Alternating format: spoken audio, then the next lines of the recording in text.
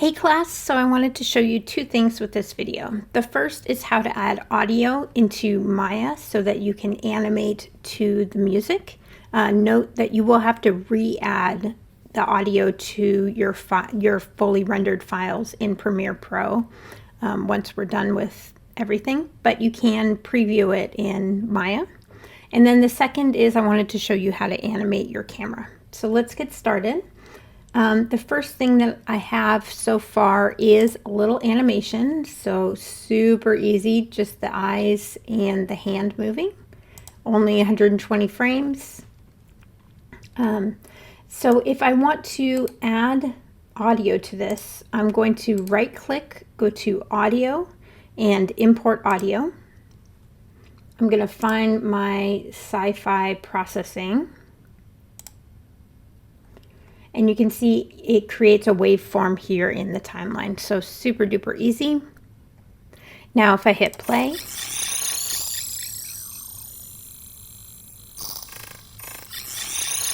you can see that the music and the animation is working together. And you can use these waveforms here to, key important moments. The other thing I wanted to show you is how to animate your camera. So let's go to Create, Cameras, and a Camera. And remember that a camera functions just like anything else in your scene where you can move it around. I think I actually have my cameras hidden, so I'm going to show that camera. I want to call this Shot Cam. And let's look through it. Now I know roughly what my camera will look like, but I need to use my resolution gate to see entirely what my frame will look like. So right now we can check on our render settings just to make sure that we're using the correct size. So for my image size, I'm going to do HD 1080 because I have quite a strong computer. But you could go up to 4K by doubling this. I think you'd have to enter a custom amount, or HD 720. Just remember that it's going to take a significant amount of time to render. So renderable camera, I'm going to also make sure that Shot Cam is turned on.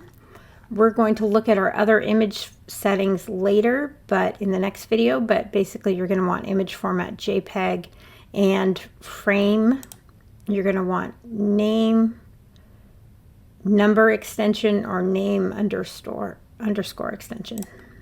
And that will allow you to create a frame range. So start and my end frame range is going to be 120. And yeah, and we'll go over that in a little more detail in the next video. But okay, so I know for my start camera, I actually want something where I have a full view of my character. So I'm going to have my Shot Cam selected. On frame 1, hit S to set my camera. For 1 second, we'll hold there. Oh, so you can hear that annoying audio. So I'm just going to right click, and here is where I could mute or adjust the volume or even delete the sounds. I'm just going to mute it right now so that I don't have to listen to it. So I'm going to hold my first camera position from frame 1 to frame 24, so a full second, and it's not doing a very good job of muting that, but okay. So 1 to 24 is a hold.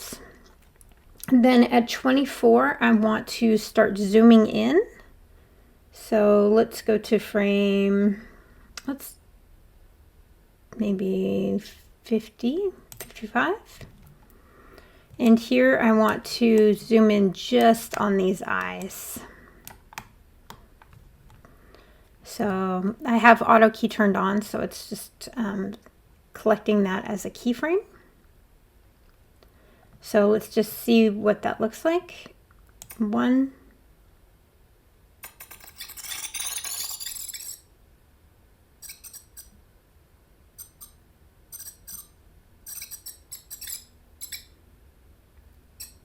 I think I want to arrive right when it's still looking to the right. So I'm actually going to set this keyframe here and right click and delete this keyframe here. Actually, I can cut that keyframe and set it at frame 45. There we go. Okay, so we're holding, we do a big zoom, and then we're going to hold again while it looks back and forth. So remember when you're holding that you need a key at the start of the hold and a key at the end of the hold. And then I am going to do a jump cut. So to make a jump cut, you just need to have a keyframe in 1, so 65, and then jump in the next frame. You need to set a new keyframe for a new position. So for this one, I'm going to maybe have something more. Let's see, set there. So, whoops. Let's delete that one. Go back to 66. And I know I need to jump somewhere around here. So, set. And I'm going to hold this position till the end. Set. So, let's just go through this real quick.